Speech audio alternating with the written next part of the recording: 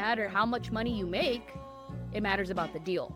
And that was the missing link that I think I was missing when I was learning all these things. I'm like, there's a disconnect. There's got to be the money out there. How are they getting it? And how can I be involved?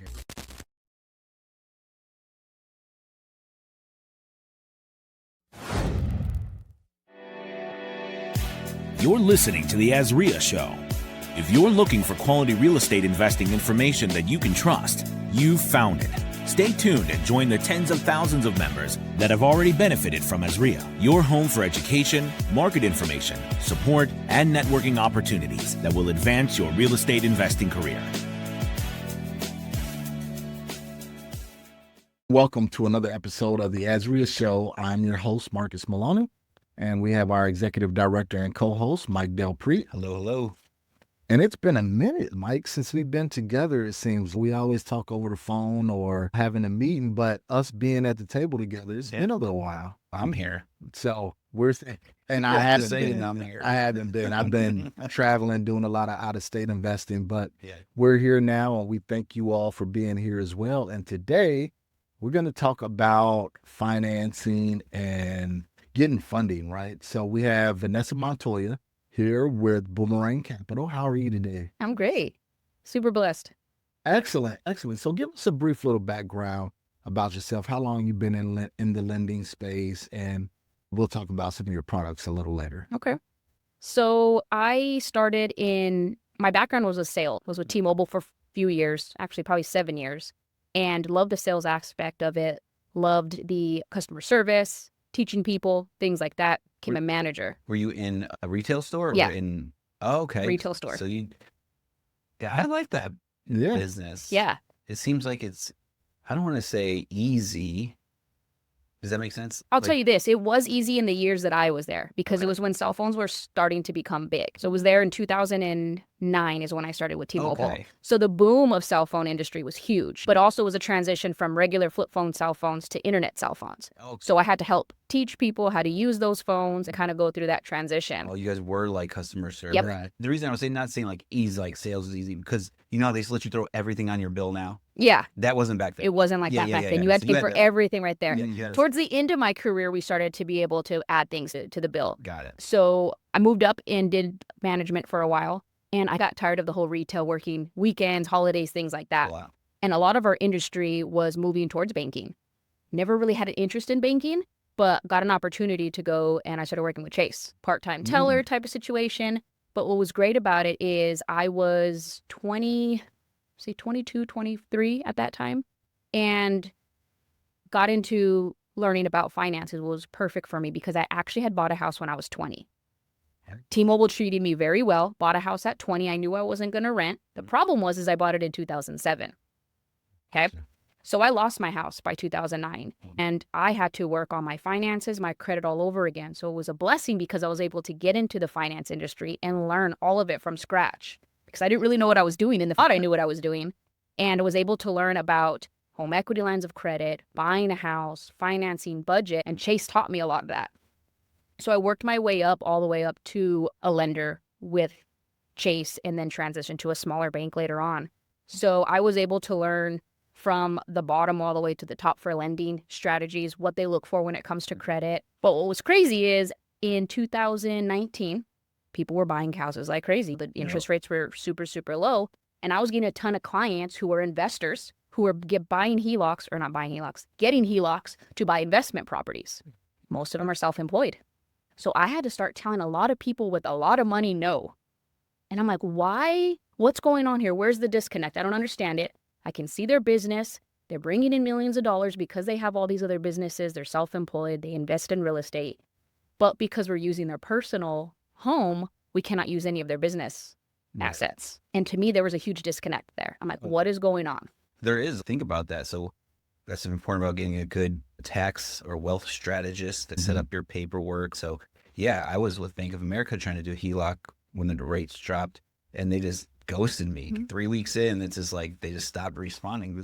But they wanted to say, hey, you're in this joint venture, you're in this LLC. Like, who owns this? Show us the K1s. And it's just these banks, the larger banks, the Chase, they can't handle that. They can't. And when you're a business owner and you are doing your best to be able to use the tax strategy the best way possible. Makes it hard for big banks to lend to you.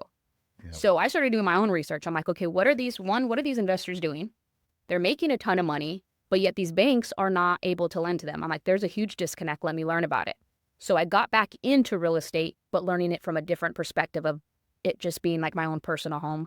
Got on the Robert Kiyosaki train, went down the Pace Morby train, and learned all different types of strategies for it. Then I realized Did you pay to get on those trains? I didn't. Okay. I didn't. I'm counting it up as you're Yeah, no, I didn't. But I read the Rich Dad Poor Dad, which obviously changed my life. And I realized I was doing everything wrong and realized all my mistakes that happened back in 2007, 2008 when I lost my house. And I told myself, I said, look, I lost a house. It happened to me really ugly, but it happened to me super young where I was able to recover.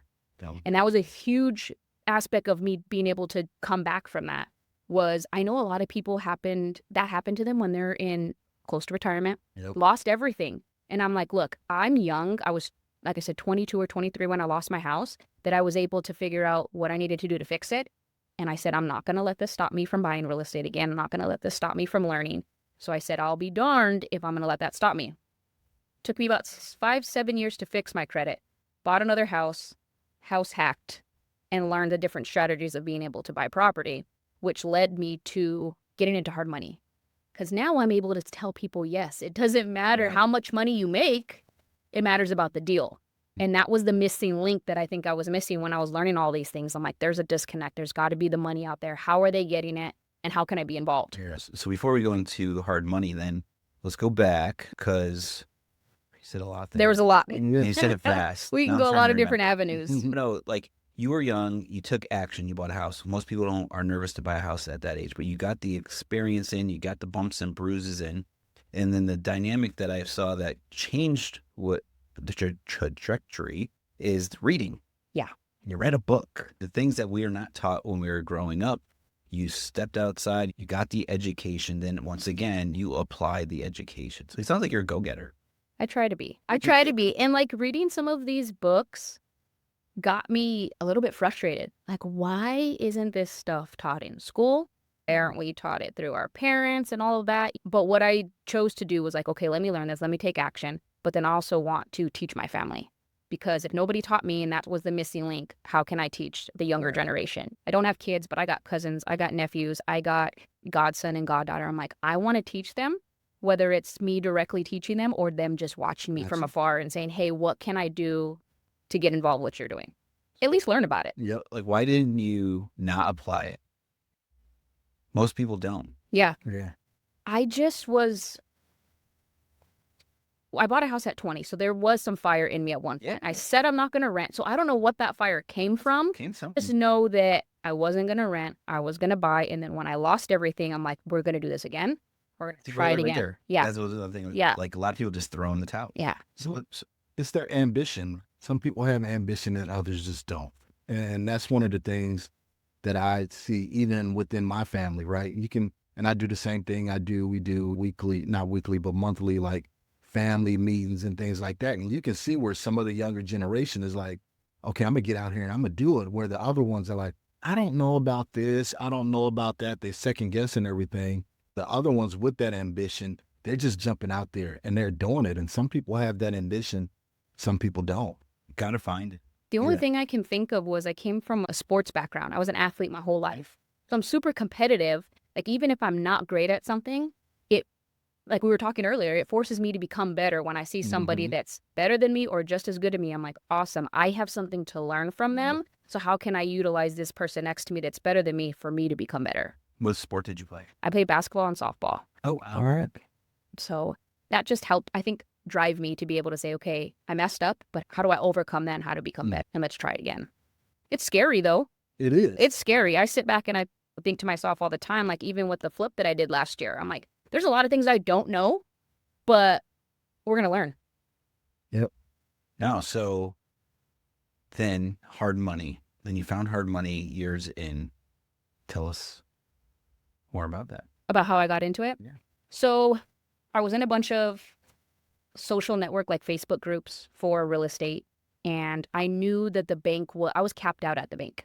I was a lender with the bank, but there wasn't anywhere for me to go. if I was going to move up, it was going to be into like commercial banking. But I was going to be doing the same thing that I was doing as far as lending goes, just on the commercial side of things. And so I kept just thinking out loud saying, I need something different. I need to be able to get into more of the real estate side of things.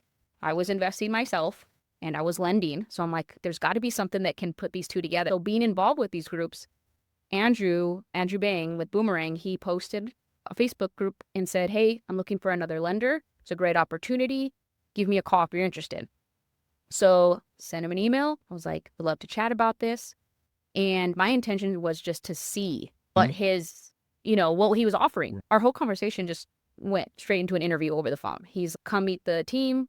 I would love to have you on board. And it happened so fast, but I knew that was right for me because it put two of my things that I love together, which was sales, one, more importantly, lending and real estate. And I'm like, I don't know hard money like I do know traditional, but I know I can figure it out.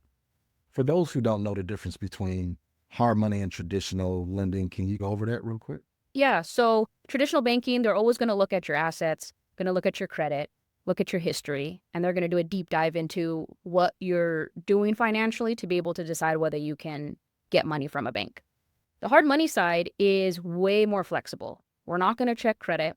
We're not going to look at your history. You can make mistakes in the past, and all that is perfectly fine as long as you have a good deal. So we're asset-based. We're going to look at the property, and we're going to say, this is what it's valued at now. This is how much work you're going to put into it, and this is what it's going to be worth afterwards. So we will base it off of that deal itself and say, do you have the funds for the down payment? Do you have the funds for your monthly payment? Good. Let's get you going. So big difference. I have a lot of people who are self-employed, like we talked about, that are claiming $40,000 to $50,000 a year. And a traditional bank's going to say you don't make enough money, but their business side has hundreds of thousands of dollars that they are using in their business side of things. So they're great with money. It's not a fact that they're not good with money. It's just they know how to strategize. And for some reason, banks don't like that. So with hard money, we just have so much more flexibility and we can talk to the borrower and say, what is your plans for this? When in banking, it's so black and white. So did you, after you met Andrew, did you quit? I did. Right away? Or did you like test the waters out? I went all in. I said, like I said, I felt maxed out. I wanted something different. I'm like, look, all the stars are pointing in the right direction. I'm like, this is the move for me. I'm just going to jump all in and just go for it. And it was honestly the best decision I've ever made. Yeah. Yeah. Andrew's a charming guy. I would have quit too. And he has so much to offer. He has He's so great. much experience in real estate when it comes to wholesaling, flipping, all of it. And how much he loves lending. Like I told you, we can't get him to stop lending if we wanted to. Yeah. He just loves it so much. And he has so much to offer. And I've learned so much. I've looked at him like a mentor and so much to learn from him. So what was it like the learning process of just like, one thing I've noticed, because I'm always jumping around, if we try new businesses or projects, like business is the same, whether you're landscaping, plumbing company, dentist, real estate investor, like there's fundamentals that are the same. So I'm noticing when I'm doing other things, it's just the same thing as real estate, like what I teach. So what was it like being new to hard money lending, the learning process? It was just a lot of questions. People would ask me questions. I'm like, I have no idea what you're talking about, but let me find out. Yeah. And I would just make that quick phone call. And I wasn't afraid to say, I don't know. Yeah. Or let me take a look at it for you. Because there's a lot of terminology I wasn't used to yet. And a lot of certain things that I was like, I don't know what they're talking about. What do you mean? Can you roll your closing cost into the loan? Wait a minute. Hold on. What is this? So a lot of questions. It took a lot of notes. Saved a lot of emails. So that way, if I had the same question again, I can go back. Because I don't like asking the same question twice. Andrew's a busy guy. My team's busy. To go back and continue to ask the same questions, I'm like, no, I need to take notes. I need to get this embedded in my head so that way I can help and figure it out. Was your brain zapping? You're like, all right, no credit check? It took me a little while. Yeah. It took me a while to delete the banking and traditional banking stuff out of my head. It took a little while. But then once it was gone. Yeah, of course. Yeah. How long did it take to do your first hard money loan? I think it was 2 days. Okay. It was 2 days. It was quick. Were you like shaking the bushes to get your own deals, or did they have lead flow? They had lead flow for me. So I took over somebody. So my main market other than Arizona is Denver, Colorado. So we had a lender in Denver, Colorado that left. So I was able to jump in and take over his book right away. So my intention was, okay, I might not know what I'm doing, but there's a lot of clients in this book that have done it and know what they're doing. So I was reaching out for the first 2 weeks, every single client that had ever done a loan in Denver, reaching out to them, telling them that I'm their new lender. and deals just started to come through right away. Okay. So like when you're new to investing, see one of the hurdles we see here, and Marcus chime in, is like, I want to make sure I run my numbers, run my comps, or my estimate my repairs. Now, let's go to your situation. Like you're also giving that advice now that you're in the business a couple weeks, couple months, and you have to learn how to comp. You have to learn how to estimate repairs because you're giving advice to the person that's actually going to do. Yep. That can be intimidating. A lot of pressure. So how did the learning process go for you? So for the first, I would say month or two, I was sending all of the deals that I looked at to Andrew to review. But I wanted to get it down pat. So I was looking at everything I could possibly look at, presenting my side of it to Andrew, have him take a look at it. And then if he's, hey, check this out, check that out, I'm like, okay. He was teaching me what I need to look for. And then I would present it to the client. So it would take a little bit longer, but I was able to, like I said, he was mentoring me. Look at this. Check out the roof. This foundation looks bad. You want to look at these photos to make sure that they're telling you it's only $15,000 in rehab, but then you look at the photos and you're like, that's not possible. Repetition. Okay. Repetition and getting to know all these little missing things that I was missing. And then I was able to talk to the client a little bit better. So as a new investor, and I believe I found a deal, right? And I'm coming to Boomerang, I'm coming to you, Vanessa, to possibly get funded. What do I need to do to position my deal, myself, in the best light for it to get funded? Great question. So obviously we're going to want to look at the property. So we're going to need the address. And the biggest thing I always like to tell people, because there's so many different types of flips you can do. You could do a basic, hey, I'm just going to do carpet and paint and get this moving. Perfect. Well, guess what? My ARV is going to affect that. So the more information you can give me on what your plan is, I don't need the full scope, but if you can say, hey, I'm going to be adding square feet. I'm going to be adding a bedroom. There's a huge extra living room. We're going to convert it to 2 bedrooms. Just give me an idea for what rehab you're going to do to the property so I can give it the best ARV.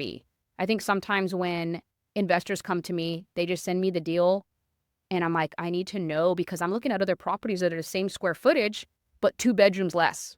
Those can factor into what the ARV is going to be afterwards. So really it's just the address so I can take a look at the comps and how much rehab you're planning on doing to it. That way I can get a good feel for what the after repair value is. Okay. And I always like to know, like the investor, what is your idea of what you're going to sell it for? I want to make sure we're on the same page. If you're telling me it's going to be worth $600,000 and I'm looking at comps at $450,000, where's the disconnect? Yeah. And I always tell the client, like, hey, this is my ARV right now. Am I missing something? Show me the comps that you're pulling because this is a partnership too, right? I want to know what you see that I may not see. So let's take a look at it together. Show me what kind of plans you have for this, what comps you're pulling, and then I'll let you know, hey, those comps are too far. This comp is 500 square feet bigger. Yeah. This comp sold 1.5 years ago, completely different market at that time. So let's look at what the true value is for right now at this market. So I always like to communicate that with the investor too. Very important. My wife was just telling me she was comping a property from a wholesaler and he was using comps from last year. You just got to be careful. You guys got to really understand. The most important thing you can learn is how to comp a property and estimate repairs so you can write the right offer. And when you can run it by Vanessa, just to get that second pair of eyes, and she's saying, no, watch out for this. I don't see this. I don't understand that. You might want to rethink this purchase unless you can prove it to her. And she agrees with you. Yeah. So that's a huge advantage to be able to send your deals to. Absolutely. And that's what I tell people too, especially when we do the monthly meetings and I talk to investors. They're like, I'm looking for a property. How can you help me? Find a property. Let's do it together. Even if you're not planning on buying it, let's do a few practices so you can see what I'm looking at. Yeah. You can see from what a hard money's perspective is. And let's run 1 or 2 together, see what our ARVs are, see if we're on the same page. That way, when you go and start looking at deals, you know what to look for and you know that you're on the same track. So I love doing that. I love working with first-time investors because I am one and I was one to where there's a slight disconnect and people get intimidated sometimes. They're like, I have a good deal, but what if it's not a good deal? Let's sit down and run it. Why not? All numbers. It's all numbers. So you're in Phoenix, you joined Boomerang, you closed your first deal in Denver. So now you're also having to learn 2 markets. I learned 2 markets. And that's 2 different worlds, like neighborhoods, crossroads, like freeways. There's a lot to juggle there. Yeah. That's impressive. Yeah. So I traveled to Denver once a month. And for the first 6 months that I was there, going back and forth, I'm like, I need to learn this market. So every time I stayed in Denver, I stayed in a different little city. Because they have a bunch of like little mini, just like Mesa, Chandler, Phoenix, Tempe. I'm like, I need to learn all of these different areas. So every time I'd go, I'd stay in a different spot, drive around the neighborhoods, take a look at it, pull up Zillow Market. Okay, what are these houses selling for? when I would do like my own So you couldn't do the analysis. expense from Boomerang and stay downtown. And It's not as great as it sounds. no, that's brilliant. But yeah, it was a good way for me to meet. And then going to events too, talking to people about the market. They have very similar networking things that are out there. So I was able to learn by talking. Do you guys work with ICOR out in Do, Denver? yeah. So the official RIA in Denver is ICOR. Yep. Troy Miller, check them out. Yep, they are great. And DMAR too. They have Denver Metro Realtors Association, I think is what it's called. Okay. So I work with a lot of the realtors out there too. Okay, So awesome. yeah. The good thing about it, and one thing that we at AZREIA always like to remind people is when you're working with a service provider, hard money lender, contractor, realtor, whatever it is, you want to make sure they have that investor eyesight. So with you doing your first flip not too long ago, that's good because now you know exactly what to look for as far as on the fix and flip side also. So kind of share your input on that flip. Right after I started with Boomerang, I knew I wanted to do a flip because in sales, when I worked at a cell phone company, they always said, hey, when the new phone comes out, get the new phone, learn how to use it, test drive it. So when a client comes in, what's the ins and outs about it? So my first aspect was, okay, I don't know a lot about the flip market and what my clients are going through. I need to do it, whether I win or lose. I need to get my hands dirty and learn hands-on so I can be able to talk to my clients better. And so right away I started looking. I started with Boomerang in July. I bought my first flip in December. But that entire time I was looking. Okay. Found it in December. And yeah, the biggest thing behind it was for me to learn and get my hands dirty and be able to talk to my clients. And already just by finding the deal, getting it locked up, waiting for it to close, I was already having conversations with my clients. Oh, I just found this deal over here. Oh yeah, what are you thinking about doing with it? Let me show it to you. And it opened up even more conversations with my clients to get to know them on a deeper level. And it helped with just talking to people. And Tell us about the deal. so How did you find it? Yep, I found it through a wholesaler. Okay. So again, when I started with Boomerang, I got on a bunch of wholesalers list. Let's start looking at properties because these are going to be the properties that are going to come to my desk anyways for me to look at. So I found a property through a wholesaler and it was a great deal. The person who was living there had passed away and it had been sitting in probate for a while. So there was a ton of stuff in the property.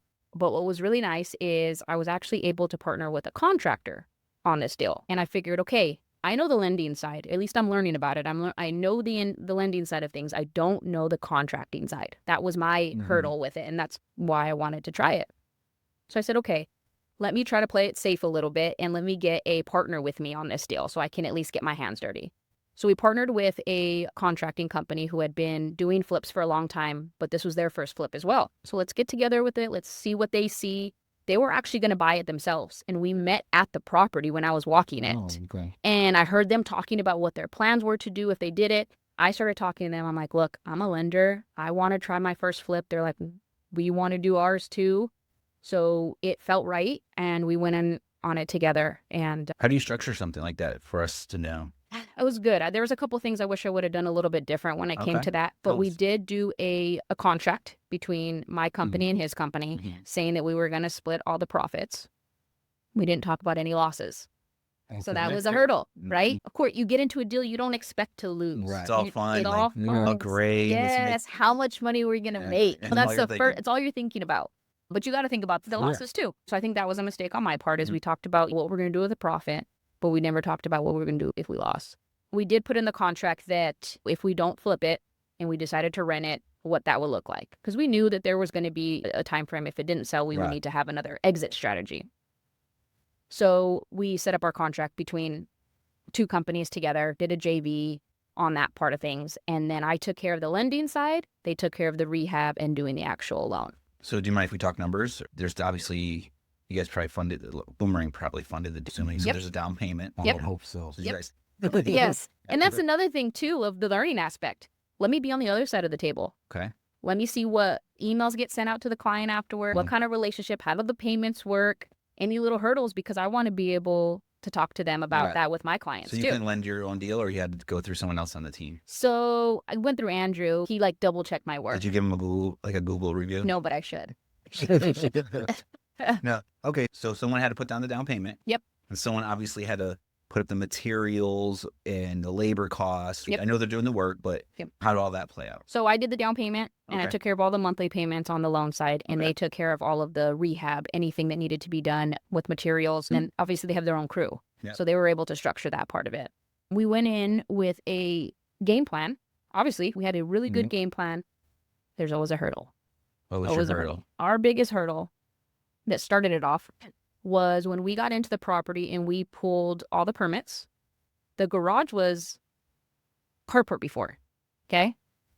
And it wasn't permitted. So they stopped us. Wait, the garage so you guys didn't put the garage in. So the cardboard turned garage not permitted. Okay, Yep. sorry. Okay. So when they pulled that, they realized the garage was not permitted. We had to stop what we were doing, which in Scottsdale, I think at that time in December, January-ish, took about 2-3 weeks. All right, not bad. So we couldn't do anything though, okay? We couldn't do anything. We had to stop everything and get all the blueprints. They had to come check it out, do the inspection, got it cleared. It just put us back a little further than we wanted to, what we planned. So that was one of the biggest hurdles, was getting through that. And then we went over budget. Happens. This was a pretty big over budget situation. So was it because of the garage or? No, that was part of it, but it wasn't all of it. And I will take complete ownership on a lot of it because communication is so key. Absolutely. Even with your contractor, and even if you have a game plan together, I should have either had a property manager, or I should have managed the GC. Contract. Yeah, because guess what? They're busy. They're going to have other deals going on as well that they're working on for their clients. And things can get missed. And I think it also threw them off track when they realized and they ran their numbers. They're like, oh no, we're over budget. And it was a tough conversation for them to have with me. And it was a tough conversation for us to have together, but it's part of the business. And that was a huge learning aspect for me, was let's take the personal side out of things and let's talk numbers and business. Okay, this is where we're at now. There's nothing we can do to go back. These are where the numbers are at now. What are we going to do to try to get through it and save ourselves as much as possible? So what was it that drew you guys over budget? Was it something that you missed, water damage, termites, something like that? Or was it just the cost? I think it was accumulation of a couple things, with the people having to stop working on it. We had to put a little bit of extra money in getting that permitted side. We did find some mold in the bathroom. We had the master bathroom, we made it a little bit bigger. And when we went in there, we realized there was some mold. So we had to do some extra financing for the mold portion of it. And then it's Scottsdale, right? So we wanted everything as beautiful and as high-end as possible. So I think when we just did each budget, just under budget on certain things. When you go shopping and you start looking at, okay, this is the cabinets we want, or these are the tile we want, it just slowly added up over time. And it took a lot of our profit when it came to that. But with that, we also missed the spring window of selling. So we didn't actually sell till June. So we had to do an extension. So it took a little bit longer. So when financing with Boomerang, our terms are for 6 months. Things happen, and if you're not done with the project or it just hasn't sold yet, you have to pay for an extension. So there's some fees. Fees there, okay. Yeah, there's some fees there, and along with extra months of interest. So all those little things just combined. And we didn't lose a ton of money, but it was still a loss. And it was something we had to, again, in business, we can sit here and talk about profits all day long. And that's the exciting part. The hard part is when you say, okay, how are we going to eat this cost together? And what are we going to learn from it? And I see that was the biggest thing for me. Yeah, because it's difficult when you have to come to the closing table, bringing a check versus expecting to leave with the check. Yep. It's tough. Yeah. And I think, honestly, it's not talked about enough. Yeah. Is the losses sometimes, because it's hard. My pride doesn't want to say we took a loss on something. But when I look back at everything that I learned through this loss, it's so much bigger. Just like my house that I lost when I was 20. It was a huge loss, and I felt like my life was over for a moment. But I would not be where I'm at right now if I didn't take that loss, because I learned so much. So I can only imagine what this will do for me in the next 5 years. Very true. Because it's not going to stop me. You guys saw I lost a house. It's not going to make me. It's only going to make me say, this is what I need to do different. And how are we going to do better next time? That's a good perspective to have. You have to have that perspective. Gotta have it. Yeah. So what are you working on now? What's next? Right now, I bought a house in March of last year, and it's on a huge lot. So I am going to be putting a casita in the back. My plan is to rent it out. So I've been living in it, doing like a live-in flip. It didn't need a ton of work, just updates. So I moved in and did new cabinets, took the carpet out, painted, updated the bathrooms, things like that. All that's done, and my plan is to rent the house out along with the casita in the back. Okay. So, yeah, I'm working on just deciding whether I'm going to do a ground-up build in the back or if I'm going to do like a prefab. Gotcha. Weighing out all my different options right now to see, but my plan is to have that as a rental. And it's a new thing around Phoenix. Yeah. Being able to do the ADUs, guest house, mother-in-law suite. Everyone has their own casita. You have a nice person too. So great. No, so you're gonna have a rental. Yep. And since that's new, so what are the rents looking like on that? So when I bought it, rents were pretty high, and I was like, cool, perfect. Not rates, but the rental market dropped just a little bit. So that's why I decided to go with the casita. Things change, markets change. So I would be breaking even if I were to rent just the main house out right now. So that's why I said, okay, let's figure out a strategy for it and how we can get more income for this property. And with everything passing. So you're going to throw it on the back. Does Boomerang fund anything creative like this? Not on this, because this is like a ground up construction situation. So it wouldn't be, which I'm learning again. Hey, how can we fund it? There's some companies that will fund the buildup of casitas. There are some companies that will do the prefab and do financing. So right now, just looking at weighing out all the different options to figure out what is the best route to go. Okay. Yeah, long term, it's going to be perfect. And especially the area that I'm in, South Phoenix. And there's a lot of homes that there are multiple generations living in houses. So I'm like, this is the perfect opportunity to be able to add that asset and have it, the grandparents there in the casita and the rest of the families in the main house or vice versa. And I'm hoping that it will also entice other people on my street, because the whole street that I'm at, everybody's backyards are massive. Yeah. So hopefully they can see, hey, we can do the same thing that they're doing and be able to increase the values of their home too. Or just buy their houses. I got creative at one point. I'm like, I wonder if we could build a casitas and take some kind of like proceeds or profit from, hey, let's rent this out and make something creative out of it. I don't know, but think outside the box. I'm with you. I'm with you. Absolutely. For sure. Amazing. All right. Marcus, any last questions as we wrap up here? No, I think so. Anything coming up as far as networking event? Boomerang, tell us what's going on in your guys' world and we'll wrap up. Yeah, so we are going to be teaming up with you guys next Tucson, which I'm really excited about. We're going to have a happy hour in Tucson to get some investors together, talk some business, see if we can get more of our clients booming in Tucson, because Tucson's a very good market for us too. Yeah. And we've had quite a few clients come out and get properties out there, so it's let's go meet them face to face. So I'm excited to do that with you guys. We'll be at the AZREIA meeting next Monday as well. And we have been briefly talking about doing like a Boomerang customer appreciation here soon. Okay. So we've been dabbling in that. So hopefully we can get an event together so we can get a bunch of our clients together as well. What are you guys thinking? Like a restaurant kind of thing or like VIP suites? I don't know. I got to talk to Andrew. See, what is our budget? Yeah, what are we working here with?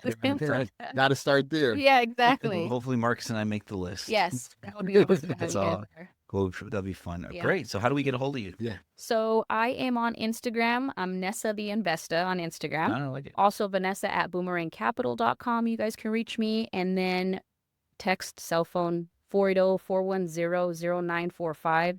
And anybody who's just new in investing and wants to run deals by me, like I said, love to work with new investors, and let's do some practice runs. Even experienced investors. Yeah. They need your help too. Heck I know you guys do a lot of work. One of my wife's clients, I think you just worked with on a property. So you guys are always, you need that back and forth brainstorm. It's partnership. So, it's huge. So. Partnership. Yeah, because even as experienced investors, you still run into those properties and you're like, I think the ARV is this, but I'm just really not sure. Hey, Mike, check this out for me and see what number you come up with. Exactly. So that's good to have. Yeah, absolutely. Very good to have. Awesome. Vanessa, thank you for being here. Thank you for being our guest on today. You all out there know exactly what to do. Reach out to Vanessa. She gave you her Instagram handle, telephone number, text number, email. Reach out to her. If you have any questions about funding, reach out to Vanessa and she'll be able to help you, as well as Boomerang Capital. So thank you again for another successful episode of the AZREIA Show. And you all know what to do. Get out there and take massive action. Awesome. Thank you, guys. Great. That was awesome. From flip phones to flipping houses. Yep. I like that. I like that. That's cool. Good for you. Awesome. That's from the sidekicks. Thanks for listening to the AZREIA Show with your hosts, Marcus Maloney and Mike Del Prete. We hope you enjoyed this episode. If you found this information valuable, head over to AZREIA.org and learn more about our community.